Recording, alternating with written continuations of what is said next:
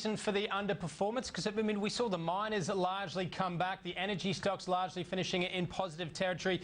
Usually if you're going to see an underperformance, it's because they've underperformed.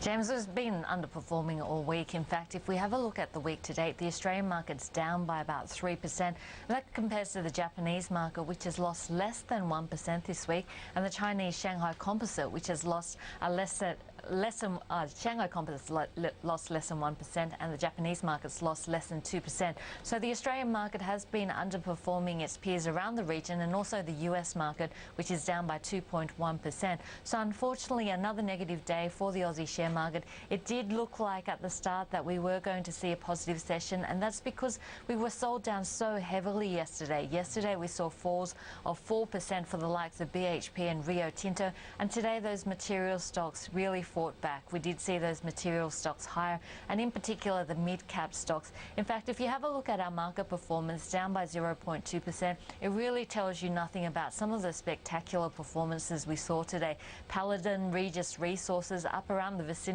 of around about 9%, but it was the banks which really let us down in the end. Banks dragging on the market, concerns around Europe dominating, but the material stocks managing to bounce back, and that's despite the fall in commodities that we saw. It's the case, and we continue to see that the negative sentiment dominate. Where would you expect to see the standout performers? Where would you expect to see the capital flows? We've been through this before. I mean, last year when the market was down 15.5%, the shelter, the defensive areas were the telcos and the utility space.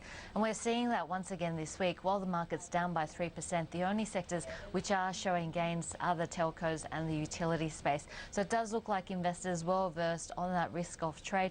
And I guess the problem in a market like this is that markets go down through the elevator chute and up through the stairs, which means that when there's falls, the falls are very quick and fast, while when there are rises, there's really no rush into the market because the falls tend to be over a longer period of time. So I guess in this type of environment, investors buckling down given the unknowns. Best case scenario is that we see the Greek elections and we do see a coalition government, a pro-austerity, and the bailout goes off without a hitch. But then I think investors would still be on edge because the big game in town and the big core question around Europe is around Spain and Italy, and I think they'll be watching those two countries very closely. Look, it's interesting to see, Julia, some reaction amongst the bank stocks in regards to Europe. We'll get to that in a second, but the CBA results, I wanted to get your thoughts on it. Had a cash profit of about $1.75 billion, reasonably, I suppose, in line with expectations.